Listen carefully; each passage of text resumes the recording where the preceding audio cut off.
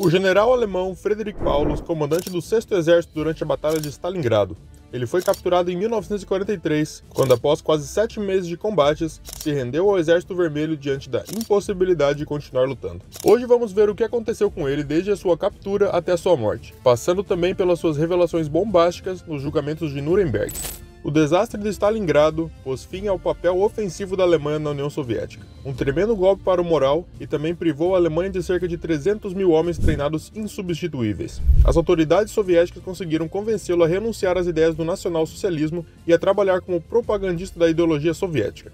Durante o inverno de janeiro de 1943, a derrota do exército alemão na Batalha de Stalingrado já estava praticamente selada. O confronto sangrento que mudou o curso da Segunda Guerra Mundial havia durado 6 meses e meio, desde julho de 1942. A União Soviética perdeu mais de 1 milhão de soldados e civis, enquanto os alemães, junto com seus aliados, sofreram 850 mil baixas humanas. O Exército Vermelho conseguiu cercar uma parte substancial das tropas alemãs, sob o comando do tenente-general Friedrich Paulus, e cortar a sua comunicação com a retaguarda, deixando-os sitiados. Ao longo de dezembro, a Luftwaffe lançou uma média de 70 toneladas de suprimentos por dia. O exército alemão cercado precisava de um mínimo de 300 toneladas por dia. Os soldados receberam rações de 1/3 e começaram a matar e comer seus cavalos. Em 7 de dezembro, o 6º Exército vivia com um pão para cada 5 homens. Mais de 28 mil soldados alemães morreram em pouco mais de um mês e outros 12 mil ficaram feridos. Com pouca comida sobrando, apenas aqueles que podiam lutar recebiam suas rações. Nessas condições, Hitler promoveu Paulus para um dos mais altos cargos do Reich, o de Marechal de Campo. Em seu último radiograma, o Führer fez uma declaração bastante inequívoca: nenhum marechal de campo alemão foi capturado. Com isso, Hitler esperava que Paulus, diante de uma situação tão avassaladora, cometesse suicídio lutando até o último homem. Pouco antes de se render, Paulus enviou sua aliança de casamento de volta para sua esposa no último avião que partiu de sua posição. Ele não havia desde 1942 e não haveria novamente, pois ela morreu em 1949 enquanto ele ainda estava no cativeiro. No entanto, o agora marechal de campo optou pela vida e se rendeu em 31 de janeiro de 1943. E os 91 mil homens restantes do 6º e 4º Exército se renderam em 2 de fevereiro. Menos de 6 mil deles sobreviveram ao cativeiro. Para os soviéticos, a rendição do 6º Exército por Paulus foi importante, não apenas em termos de prestígio.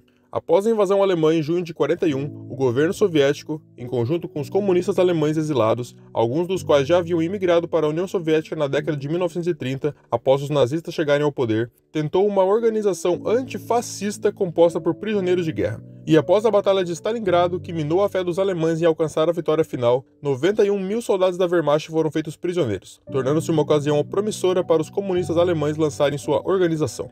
Em junho de 1943, a União Soviética formou o Comitê Nacional para uma Alemanha Livre. Posteriormente, a União de Oficiais Alemães, sob a supervisão do general também capturado em Stalingrado, Walter von Seydlitz. Mas para uma propaganda antifascista bem-sucedida, esse último general não era suficiente. O governo soviético precisava de um alemão realmente famoso, alguém como Friedrich Paulus. Seus contemporâneos descreveram Paulus como um soldado responsável e atencioso, um oficial digno e um ser humano respeitável.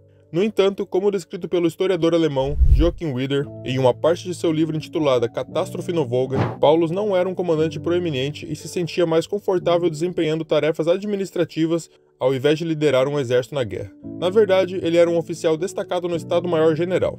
Em particular, ele participou ativamente do desenvolvimento da Operação Barbarossa. Ao longo da guerra, até que Stalingrado cruzasse seu caminho, Paulo serviu como chefe do departamento pessoal do exército, o que significa que ele praticamente desempenhava seu papel na guerra na própria Alemanha. A ordem de nomear Paulus como comandante do 6º Exército em 1942 foi uma sentença fatal, uma vez que ele nem mesmo havia comandado um regimento antes. Outro defeito do general Paulus era sua fervorosa crença no gênio militar de Hitler.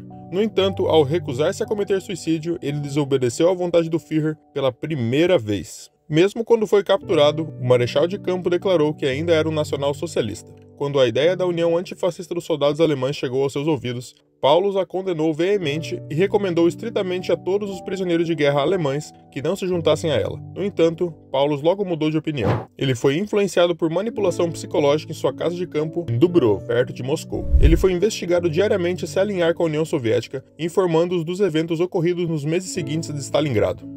Os aliados haviam aberto uma segunda frente e o Terceiro Reich havia sofrido grandes perdas na África e perto de Kursk. A notícia da execução na Alemanha do amigo do general Paulus, o marechal de campo Ivan von Witzleben, por sua participação no complô de 20 de julho de 1944, também influenciou sua mudança de mentalidade. Em 8 de agosto de 44, um ano e meio após ele ser capturado, o marechal de campo falou no rádio da Alemanha Livre e enviou uma mensagem aos soldados da Wehrmacht. Para a Alemanha, a guerra está perdida. Essa é a posição em que o país se encontra como resultado da liderança de Adolf Hitler, e a Alemanha deve renunciar a Hitler. Esse foi o primeiro discurso anti-Hitler de Paulus, mas não foi o seu último. Ele se juntou às fileiras da União de Oficiais Alemães e fez muitos apelos ao povo alemão. Paulus até pediu uma audiência pessoal com Stalin, mas Stalin se recusou a considerar um prisioneiro alemão. Agora adentrando nos julgamentos de Nuremberg. Em 11 de fevereiro de 46, a defesa dos criminosos nazistas alegou, mais uma vez, que o depoimento de Paulus em Moscou tinha sido forjado e dado sob pressão e tortura no confinamento do NKVD. Em resposta, o juiz Lawrence perguntou ao promotor soviético Roman Rudenko quantos dias levaria para trazer Paulus para Nuremberg, se a União Soviética concordasse. Era hora de mostrar o trunfo. Rudenko respondeu com certa indiferença. Cerca de 30 minutos. Paulus está agora mesmo na residência da delegação soviética aqui em Nuremberg. Nesse momento, um homem vestido um terno novo, especialmente feito para ele na União Soviética, e sapatos recém-engraxados adentrou o tribunal, gerando um efeito bombástico sobre os presentes. Mesmo que algum deles tivessem presumido que Paulus estava vivo, ninguém esperava que ele aparecesse tão rapidamente no tribunal. A presença do ex-marechal de campo na corte se tornou a maior sensação desde o início do julgamento. Os jornalistas que cobriram o processo começaram imediatamente a compartilhar as notícias com suas respectivas redações.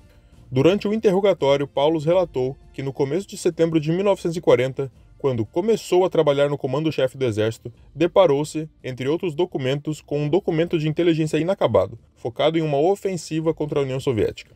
Inicialmente, o Führer planejava lançar uma ação militar contra a União Soviética em meados de maio de 1941. Mas, segundo Paulus, o momento foi alterado, porque no final de março, Hitler optou por atacar a Iugoslávia devido à situação do país. O comandante militar também afirmou que todos os preparativos para a guerra contra a União Soviética, que eclodiu em 22 de junho, já estavam em andamento no outono de 1940. Paulus descreveu tudo nos mínimos detalhes. No dia seguinte, a defesa conduziu um interrogatório cruzado do ex-marechal de campo, porém não conseguiu identificar nenhuma controvérsia no que ele havia afirmado. Graças à presença de Paulus nos julgamentos, a delegação soviética conseguiu provar que a ofensiva contra si havia sido planejada pela liderança nazista com muita antecedência. Os criminosos nazistas não tiveram, portanto, qualquer chance de absolvição. Após Nuremberg, Paulus retornou à União Soviética, onde viveu em uma casa de campo, conhecido como Dacha, nas proximidades de Moscou, sem permissão para deixar o país. Até a morte de Stalin, em 53, suas inúmeras solicitações para retornar à Alemanha foram negadas. O trabalho com o governo soviético continuou. Paulus até trabalhou como consultor no filme de Vladimir Petrov, A Batalha de Stalingrado, em 1949. Após a morte de Stalin, Paulus retornou à Alemanha, onde viveu em Dresden, na Alemanha Oriental, trabalhando como chefe civil do Instituto de Pesquisa Histórica Militar da República Democrática Alemã. Ele morreu lá de uma doença em 1957. Essa foi a trajetória do general Frederick Paulus após a derrota do 6º Exército na Batalha de Stalingrado. No entanto, sua vida como escravo da União Soviética não foi suficiente para garantir que poucos dos sobreviventes do 6º Exército retornassem à Alemanha. O último deles retornou após quase 20 anos de cativeiro. Se esse conteúdo te agregou de alguma forma, não se esqueça de deixar o like e se inscrever no canal. Nos vemos em breve.